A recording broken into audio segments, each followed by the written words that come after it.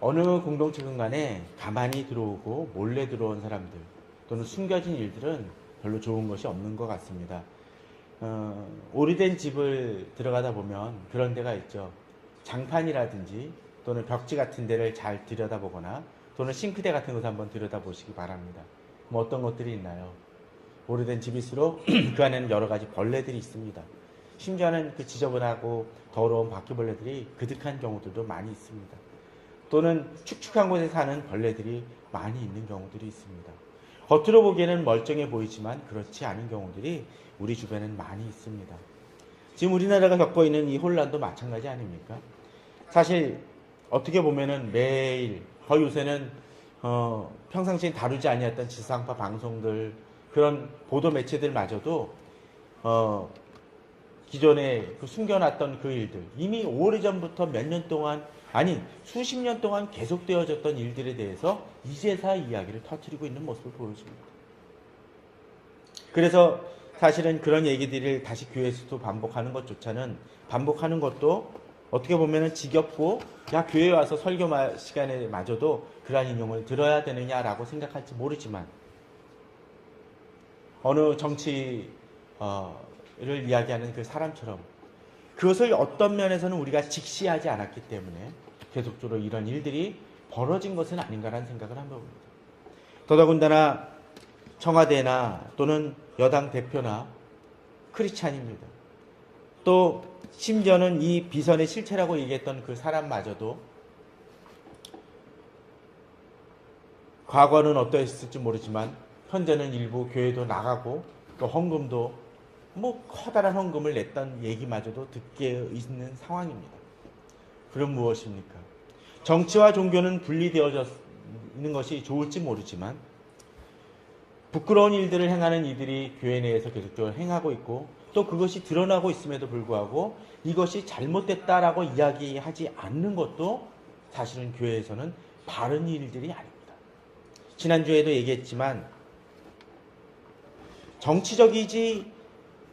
정치적으로 꼬이는 상황 속에서 비정치인 것은 오히려 정치적인 행위일 수 있습니다. 우리는 그것을 경계해야 됩니다. 우리가 정치에 대해서 굳이 얘기하지는 않는다 할지라도 교회 내에 그 부분을 흐리는 것이 있다면 거기에 대해서는 분명히 이야기하는 것이 옳습니다.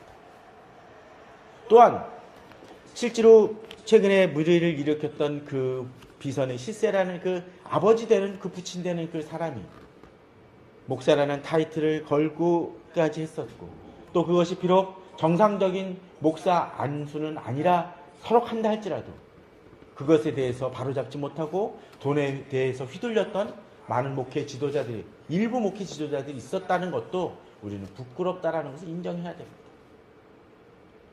어떤 면에서 그런 면에서 오늘 유다서 지난주부터 다루고 있는 유다서는 의미가 있습니다. 저희들이 지난주 이야기를 했었고 1절의 4절을 돌아봤었는데 마지막 4절을 오늘도 겹쳐서 한번 보고자 합니다. 4절은 뭐라고 되어 있나요? 이는 가만히 들어온 사람 몇이 있음이라.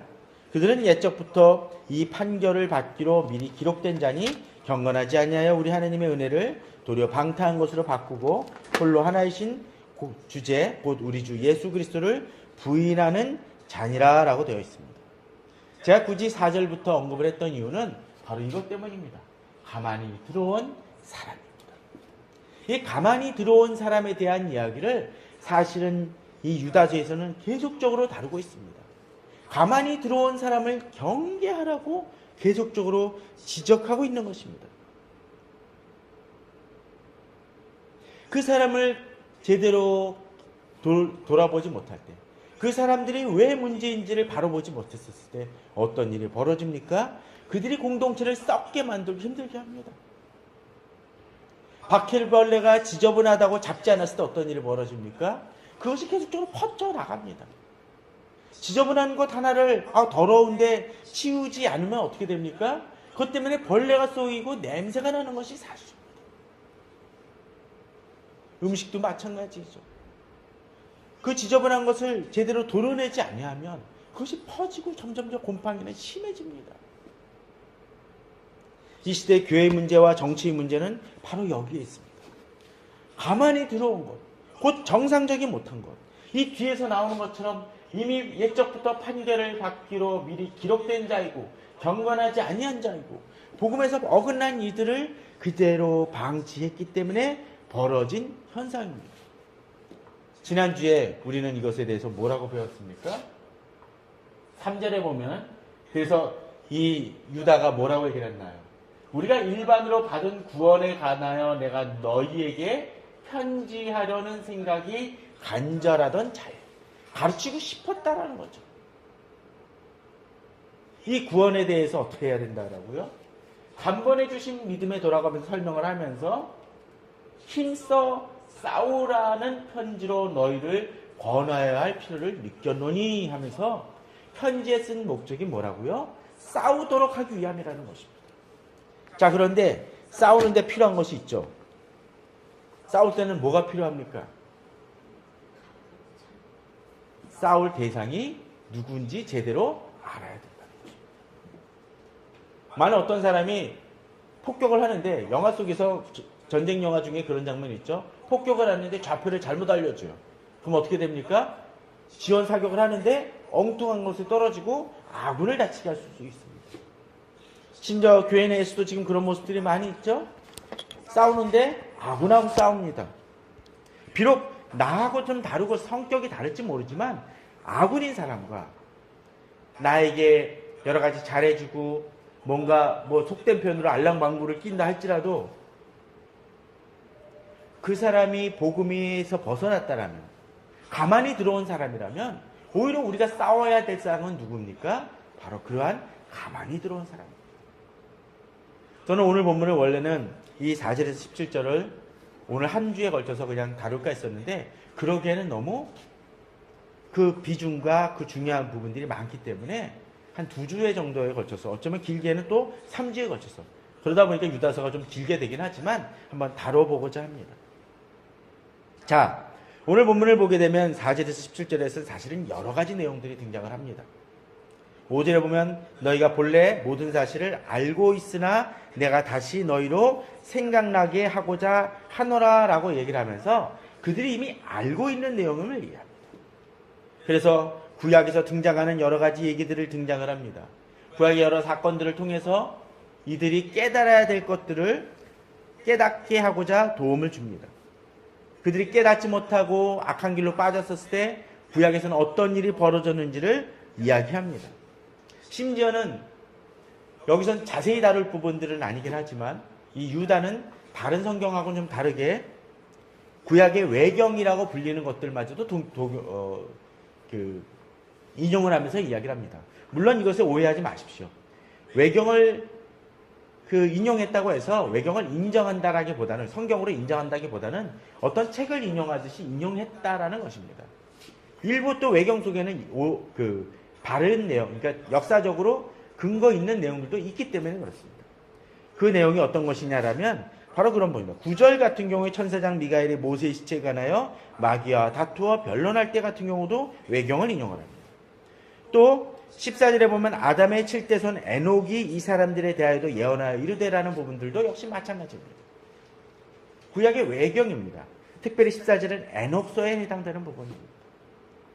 다시 얘기하지만 이것은 이 유다가 이 성경을, 이 외경을 정경으로 인정했다는 의미가 아니라 이런 어떤 인용하는 부분들을 통해서 좀 더 자기가 이야기하고자 하는 것을 이 사람들에게 보다 정확하게, 보다 분명하게 설득력 있게 설명하기 위해서 인용하는 부분들입니다.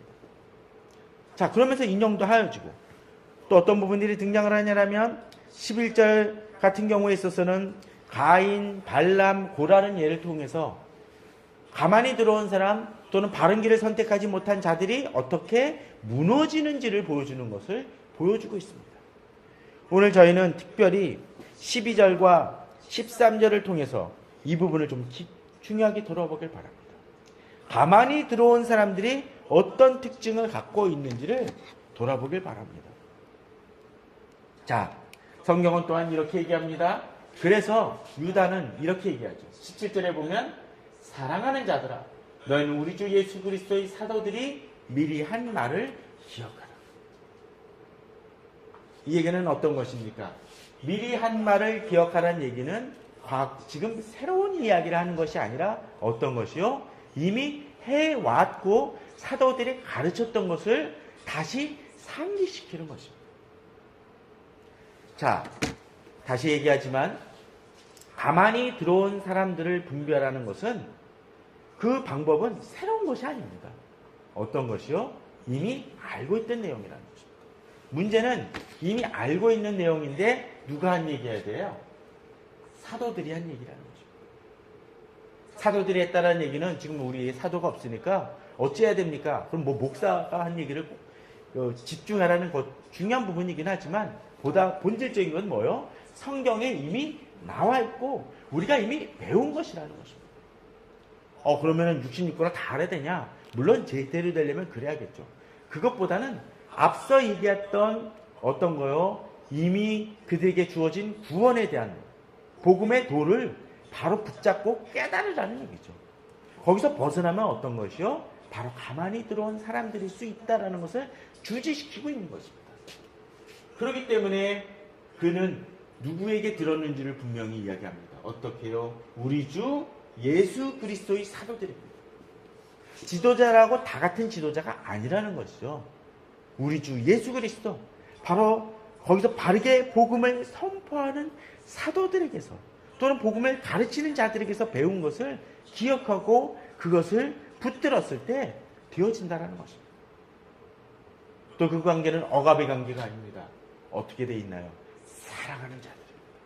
이 사랑한다라는 것은 단순히 그냥 내가 널 사랑해야 하는 의미가 아니라 믿음의 공동체라는 것입니다. 그냥 공동체가 아니라 예수 그리스도의 공동체라는 것입니다. 사람들은 정치적 집단으로 어떻게 모이기도 합니다. 그러나 그건 사랑의 공동체가 아니고 복음의 공동체가 아닙니다. 교회도 그럴 수 있습니다. 모였다고 다 공동체가 아닙니다. 어떻게 해요? 바로 믿음 안에서 주님의 복음 안에서 거듭난 자들, 단번에 이루어진 그 구원에 의해서 이루어진 믿음의 공동체일 때 바로 된 공동체임을 이야기하고 있는 것입니다. 자, 그렇다면 좀 더 이 사실을 깊이 들어가 보기 바랍니다. 자, 가만히 들어온 사람들을 뭐라고 얘기하는지 한번 봅시다. 15절입니다. 이는 무사람을 심판하사 모든 경건하지 않은 자가 경건하지 않게 행한 모든 경건하지 않은 일과 또 경건하지 않은 죄인들이 주를 거스려 한 모든 언악한 말로 말미암아 그들을 정죄하려 하심이라 하느니라. 다시 말해서 경건하지 않은 자들을 심판하신다고 합니다. 근데 특별히 무사람인데 이 안에 경건하지 않은 이 아까 얘기했던 가만히 들어온 사람들이 있다라는 것이죠. 자, 그런데 이 15절은 자세히 볼 필요가 있습니다. 한번 보십시오. 여기서 계속적으로 반복되는 구절이 있습니다. 한번 볼까요? 경건하지 않은, 경건하지 않게, 경건하지 않은, 또 뭐요? 또 경건하지 않은 죄인들 하면서 경건이라는 얘기들이 계속적으로 반복이 되어집니다. 그냥 경건이라는 말은 그냥 단어로 낼 수 있는데 경건하지 않은이라는 얘기죠. 여기만 경건하지 않게라고 되어 있는데, 자, 영어 성경에 보게 되면은 이렇게 얘기가 되어 있습니다. 뭐 다른 건 다 뭐 영어를 얘기하기 좀 그러니까 ungodly라는 단어죠. 여기만 ungodly라는 얘기가 되어지고 다 ungodly라고 되어 있습니다. 이건 뭐 ESV 번역인데, 자, 그러니까 이 ungodly라는 단어죠. 자, 이 영어 회화 시간은 아니니까, 문법 시간은 아니니까 그냥 간단히 얘기하면 God, 곧 갓이죠, 갓.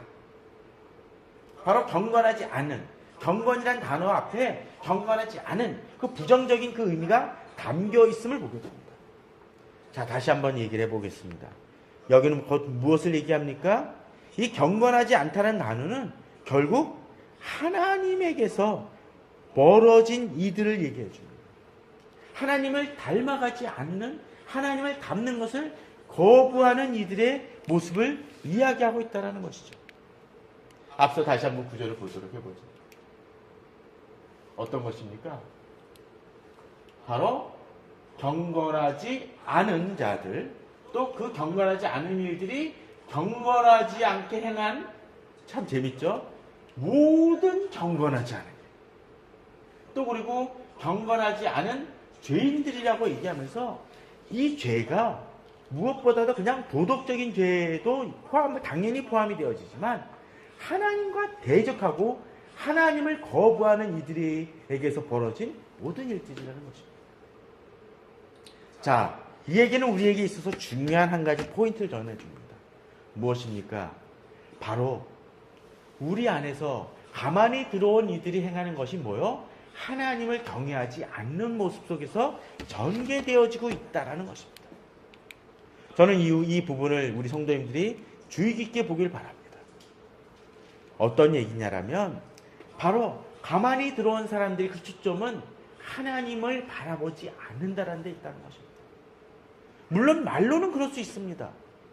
그러나 주의 깊게 살펴보면 이들이 하나님을 경외하지 않는 자들이라는 것을 볼 수 있습니다.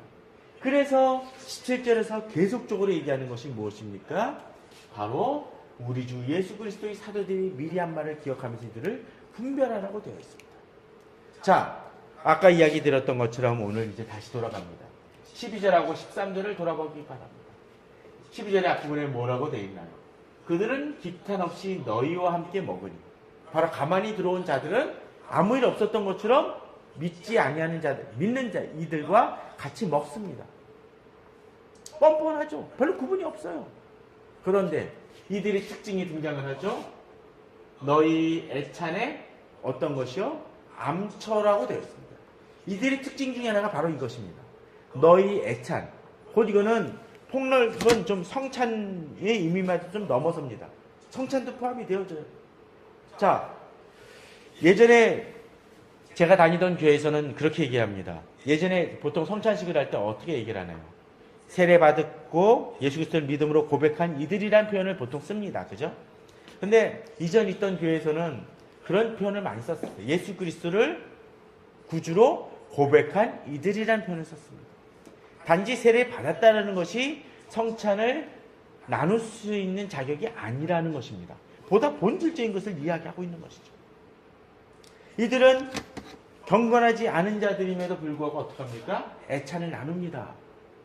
예수 그리스도의 공동체 속에서 자기들도 동일한 그리스도의 몸을 이루고 있는 것처럼 나누고 있어요. 자, 그런데 여기서 표현이 재미난 표현이 등장을 합니다. 애찬에 어떻게 한다고 되어 있습니까? 암초라고 되어 있습니다. 자, 배를 타고 갈 때 어떤 일이 벌어집니까? 암초가 있으면 어떻게 합니까? 암초가 있으면 배가 좌초할 수 있습니다. 겉으로 별로 보이지 않습니다. 어떤 레이더나 그런 걸 해서 잘 파악하지 않으면 잘 드러나지 않는 것이 암초입니다. 교회 내의 악한 이들이 바로 이렇습니다. 자기들이 암초라고 얘기하는 사람들은 없습니다. 내가 너희들의 걸림의 돈인 이들이라고 얘기하지 않습니다. 그러나 어떤 일이 벌어집니까? 이들 때문에 배가 자초할 수 있고 교회가 어려움에 빠질 수 있다는 것을 우리는 기억을 해야 됩니다. 그렇습니다. 이들이 그렇습니다. 최근에 일어났던 그 비선 실세의 모습도 그렇지 않습니까?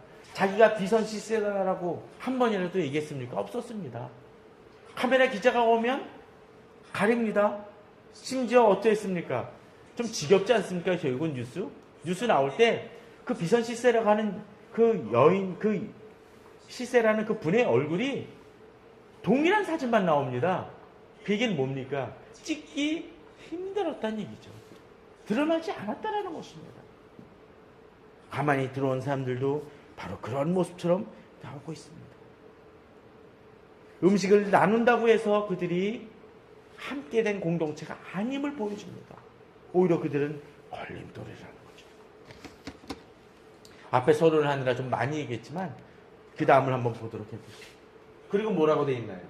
자기 몸만 기르는 목자입니다. 자기 몸만 기르는 목자. 아마도 이들 중에는 가만히 들어온 사람들 중에는 지도자도 있었던 것 같습니다.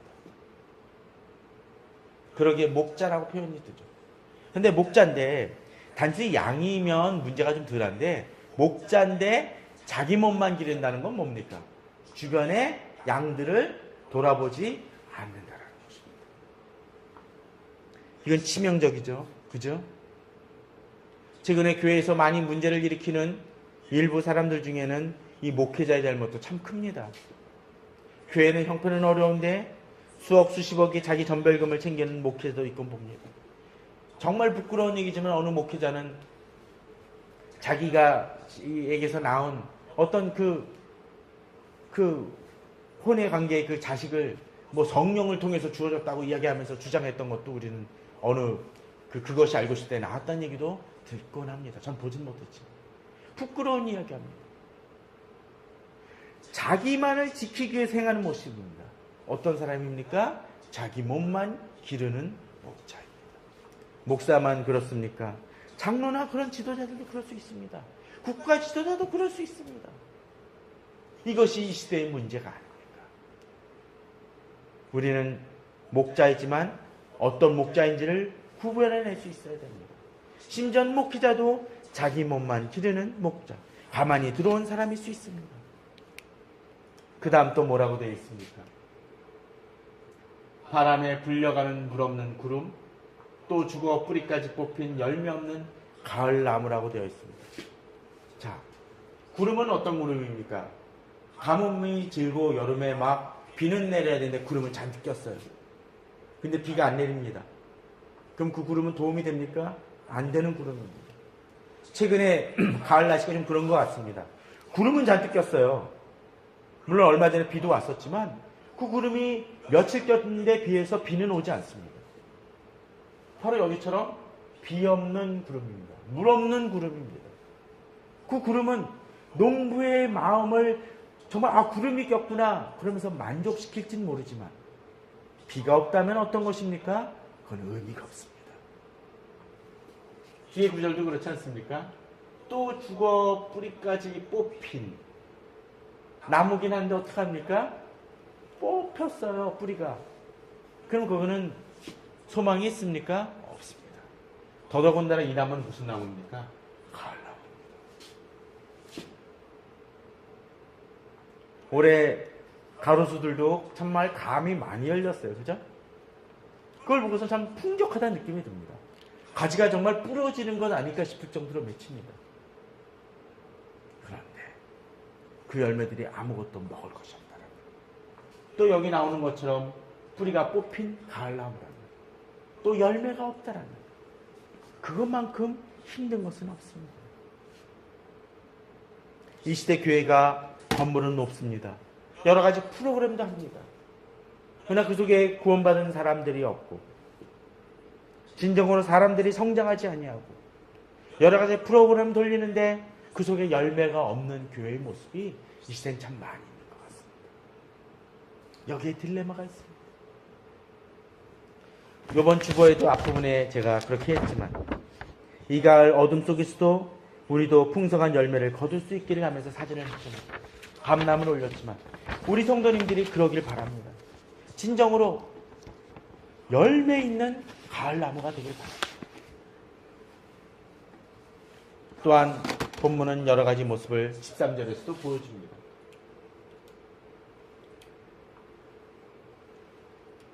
자기 수치의 거품을 뿜는 바다의 거침입니다. 우리는 파도를 보면서 멋있는 모습을 보게 되죠. 요 겨울, 가을 바다도 멋있을 것 같습니다. 동해 같은데 파도 치면 얼마나 멋있습니까?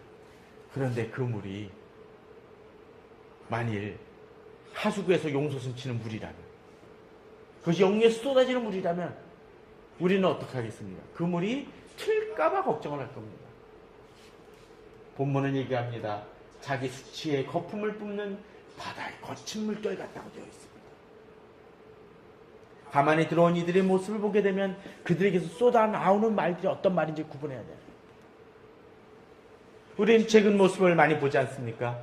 기독교인이라고 이야기하는 지도자들 중에도, 정치 지도자들 중에도, 또는 목회자들 중에도 정말 저 말 차라리 말을 하지 말지라는 생각이 들 정도로 부끄러운 이들을 바라봅니다.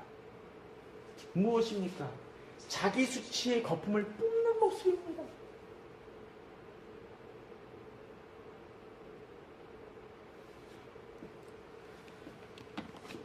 어쩌면 이 시대에 그들의 행동 하나하나 말 한마디로 공동체를 망치고 있는 모습입니다. 오히려 그들 안에서만 튀고 그다음에 냄새 나면 괜찮은데 그 물이 어디 튑니까? 주변까지 지저분하게 만든다라는 것이죠.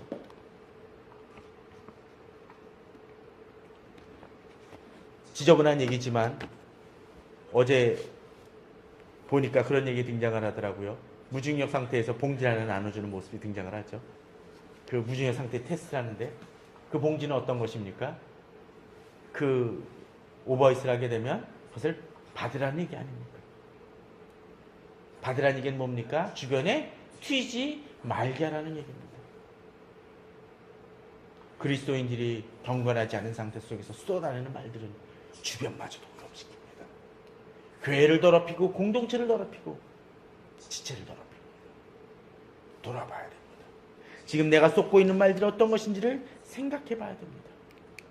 마지막 특징입니다. 영원히 예비된 컴컴한 흑암으로 돌아갈 유리하는 별. 앞서 나무의 모습처럼 여기도 비슷합니다. 별은 어떤 것입니까? 빛을 드러내는 곳입니다. 근데 그 별은 보통 별들은 어떻습니까? 그 별에 지나가는 길이 있죠. 그죠? 그래서 때가 되면 다시 돌아옵니다. 근데 이 별이 어떻습니까? 유리하는 별이죠. 유리하는 별은 어떤 별입니까? 결국은 추락하고 별똥별처럼 떨어지는 별입니다. 특별히 이 별이 가는 곳은 어디입니까? 영원히 예비된 캄캄한 흑암으로 돌아갈 유리하는 별, 방황하는 별. 이 시대의 교회가 또 성도들이 문제가 바로 이것인 것 같습니다. 유리하는 별입니다. 빛을 발해야 되는데 발하지 못하고 떠돌아다닙니다. 우리 가끔 그런 모습들 보죠. 우리들이 어떤 빛을 보고서는 저기가 맞는가 보다 내려가는데 엉뚱한 것을 쫓아갑니다. 그럼 어떻게 됩니까? 길을 잃어버리게 되죠. 이 시대 모습이 그런 것 같습니다. 길을 잃어버리고 있습니다. 저는 우리 성도님들이 혹시나 내게서 비록 가만히 들어온 자는 아니라 할지라도 내 속에 혹시 이런 요소들은 없는지 돌아보시기 바랍니다. 이러한 것들이 바로잡힐 때 우리들은 열매를 맺을 수 있습니다. 또한 우리가 이런 부분들에 대해서 이런 눈으로 제대로 바라볼 때 우리 주변에 말은 그럴싸하게고 행동은 그럴싸하게 하지만 가만히 들어온 사람들을 분별해낼 수 있습니다. 그것이 지도자이건 또는 어떤 때 지체이건 말이죠. 그럼을 통해서 진정으로 이 시대에 우리들이 붙들고 있는 복음을 다시 한번 되새김을 통해서 영적 전쟁을 이겨나가는 성도들 되시길 바랍니다. 다음 주에는 좀 더 다른 부분들을 통해서 우리들이 경건하지 않은 자들, 가만히 들어온 자들이 어떤 자인지를 돌아보며 묵상할 수 있기를 바랍니다.